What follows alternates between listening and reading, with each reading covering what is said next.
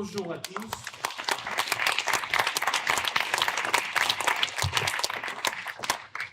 Donc on commence en fait par la signature de documents, c'est très fun. Mais c'est important puisqu'on signe des partenariats nationaux, les pépites, il y en a 30, on est partenariats aussi au niveau régional, au niveau de leur territoire, et puis il y a aussi des partenariats nationaux. Et donc on commence par une convention avec Pacte PME. Agnès Bricard nous a déjà beaucoup aidé. On a conclu notre journée sur le fait qu'il y avait un petit problème sur l'entrepreneuriat des femmes. Ancienne présidente de l'Ordre des experts comptables. Il n'y a eu qu'une femme présidente de l'Ordre des experts comptables. Agnès Bricard. On aura un petit cadeau tout à l'heure qui s'appelle le guide du financement de la création d'entreprise. Agnès Bricard.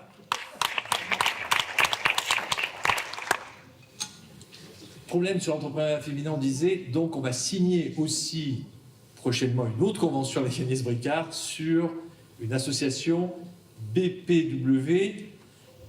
Le W c'est Women. Business. Professionnel. Women. Donc sur tout le problème, par exemple, grille des rémunérations, les femmes gagnent 15 ou 20% de moins que les hommes sur le même poste de travail, etc., etc. Mais aussi l'entrepreneuriat au féminin.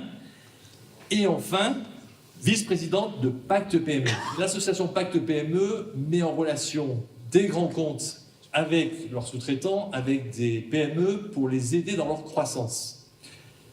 Dans au moins 3 dimensions. D'une part, la co-innovation entre des grands comptes et des PME.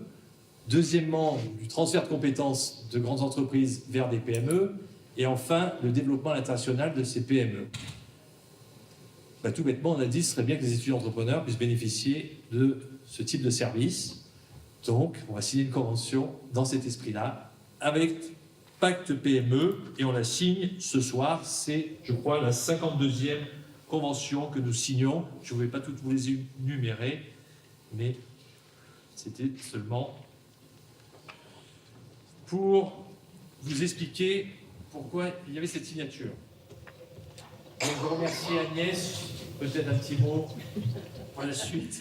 Juste un mot pour remercier Pépite, parce que c'est un réseau extraordinaire, avec un coordinateur national que vous connaissez, Jean-Pierre Boissin. Et faire avec Pacte PME, c'est faire en sorte que les grands groupes vous connaissent, vous apportent leur expertise, c'est ce qu'il a appelé le transfert de compétences. Et demain, on ouvre une plateforme internationale pour que les grands groupes nous présentent leurs interlocuteurs dans tous les pays. Donc il suffira de faire votre demande, d'après un pays que vous auriez choisi, ou par rapport à un objet que vous souhaiteriez ou un service dans tel pays, le grand groupe mettra à disposition ses équipes. Voilà ce que c'est Pacte PME en un mot. Donc merci beaucoup Agnès. Je passe à la deuxième convention ENAC 3, je vous rassure. L'union des couveuses, ça c'est un élément très important. On a beaucoup parlé aujourd'hui de taux d'impact des pépites, création d'entreprises, etc. Peut-être qu'avant de créer, il serait opportun d'avoir un système qui éviterait de créer trop vite et d'être obligé de fermer, par exemple, si au bout d'un an ou 2 ans, ça ne marche pas. Ça existe déjà. Ça s'appelle le CAP, contrat d'appui au projet d'entreprise. C'est-à-dire que, bien sûr, vous pouvez être porté par une couveuse, notamment la Fédération des couveuses, qui a des couveuses sur tout le territoire français, mais y compris, personne ne sait, par n'importe quelle structure presque. C'est une loi qui date de 2003, c'est ce qu'on appelait la loi Dutreil. C'est tout simplement, au lieu de créer, il vous porte pendant quelques mois, et tout simplement, une structure va facturer à votre place, et après va vous restituer votre argent, moins une petite com, parce que vous en portez, je sais pas, 5-10%, et ça vous a évité de créer une structure juridique, notamment si la structure juridique a vocation peut-être à ne pas durer, parce que finalement le business ne marche pas, etc. Donc c'est un élément important, donc les 30 pépites sont en relation avec des couveuses, et donc c'est une 52e convention qui est signée. Et bien sûr... Alors, je vais juste compléter pour vous expliquer en 2 mots. Effectivement, une couveuse d'entreprise, c'est un hébergement juridique. Et ça a une très très grande importance, c'est de permettre le test marché. Parce qu'en fait, quand on a une idée, ce qui est important, c'est de savoir si on a des clients. Et de savoir si on a des clients, c'est bien de se confronter à son marché. C'est ça ce que vous permet une couveuse, en fait. C'est de démarrer vraiment son projet, de le développer et de passer les premières années, dirons-nous, qui sont parfois un peu un peu difficile est d'acquérir des compétences entrepreneuriales. Souvent, on a la compétence de son métier, mais pas forcément d'autres types de compétences liées au métier de chef d'entreprise. Et voilà, dans le faire et dans l'apprentissage, dans une notion de je fais, donc j'apprends en faisant, et en même temps, je développe mon entreprise. C'est vraiment partie de ce concept-là. Et aujourd'hui, effectivement, on accompagne à peu près 20% de personnes qui sont étudiants entrepreneurs. On a accompagné les pépites depuis le démarrage parce qu'on pense que c'est un super, c'est super bien de démarrer un projet quand on est étudiant, d'être accompagné, d'être mis en réseau. L'étudiant entrepreneur, c'est un super moment. Pour après, ça fonctionne pas, c'est pas très grave. En tout cas, on a acquis et on a une bonne expérience pour après, pourquoi pas développer quelque chose qui aura un fort démarrage. Voilà. Et je suis d'accord avec Agnès Bricard, il y a un super coordinateur national au niveau des pépites de France. On applaudit. Merci. Troisième et dernière convention de la soirée, le CJD. Alors le CJD, vous connaissez tous, Centre des jeunes dirigeants. Merci, on accueille son président. Le CJD, c'est un gros défaut. C'est que si vous avez plus de 40 ans, vous ne pouvez plus être dans la gouvernance, vous ne pouvez plus être président ou coordinateur, je ne sais pas quoi. Première bêtise. Oui, peut-être un truc dérogatoire, mais c'est quand même un truc démocratique. On peut pas faire trop de mandats, je crois.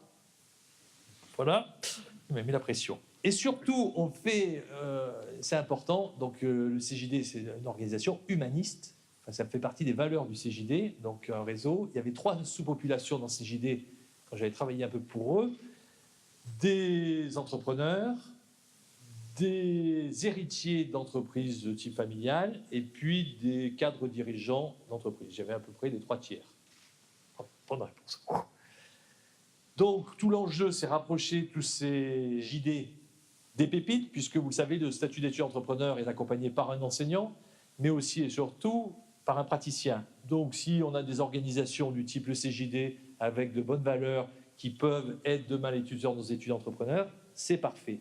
Mais surtout, il y a un truc là aussi complètement fou, ils sont en train de lancer un machin qui s'appelle le CJDESC. Donc, je vais peut-être leur laisser le président l'opportunité de le présenter, qui va être ouvert aux étudiants entrepreneurs. Donc ça, c'est un élément aussi nouveau. Je vous propose qu'on signe, et après, je vous donne la parole pour notamment présenter ce que c'est que le CJDESC, une révolution.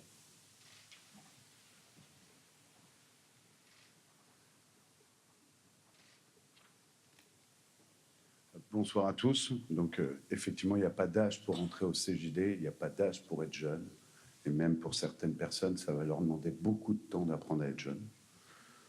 La seule limite d'âge que l'on a, et c'est pour ça qu'il y a un J dans le centre des jeunes dirigeants, c'est tous nos élus ont moins de 45 ans. Voilà, c'est tout. Après, on a des jeunes, on peut être jeune entrepreneur à 58 et un vieil entrepreneur à 35 ans. Donc effectivement, le CJD est une école de dirigeants engagés et responsables depuis 1938, ce qui fait de cette organisation le plus vieux mouvement patronal français, qui représente à peu près 5000 dirigeants au travers de 118 associations locales. Comme mon temps de parole est court, je voudrais juste vous expliquer la genèse du projet CJDESC avant de vous en dire 2 mots. Jean Mersch, en 1938, quand il a créé le CJD, il avait 27 ans, il disait exactement ces mots. Mais au fond, pour qui travailles-tu? Au nom de qui es-tu chef? À ces 2 questions vitales, plusieurs jeunes patrons réunis au sein du CJP, à l'époque Centre des jeunes patrons, opposèrent la même réponse. Diriger, c'est servir. Et leur vie s'est éclairée. Servir nos collaborateurs pour que le travail soit une source d'épanouissement et de bonheur et non de contrainte. Servir la société pour que le monde soit bienveillant et optimiste, ouvert et inclusif, productif et durable. L'illustration, c'est le CJDESC. Nous avons créé depuis 2 ans une plateforme ouverte à tous les créateurs d'entreprises où nous mettons gratuitement des locaux, du matériel chez nos adhérents à disposition afin qu'ils puissent bénéficier évidemment d'une structure, mais surtout accueillir de l'expérience et les valeurs de nos adhérents. Notre ambition humaniste, comme le présidait M. Boissin, et nous continuons de croire que C'est vrai que l'humanisme a de beaux jours devant soi, et de mettre l'économie au service de l'homme, et ce depuis 1938. Je conclurai juste en citant Jean Mersch, et je pense que ça peut parler aux néo-entrepreneurs qu'il y a dans la salle. Le bénéfice ne doit plus être un idéal sordide, mais l'expression comptable d'une réussite, fruit de la collaboration de tous et dont chacun doit avoir la part qu'il mérite. 80 ans après, nous sommes toujours des milliers à mettre notre engagement et notre énergie au service de cette ambition. Merci.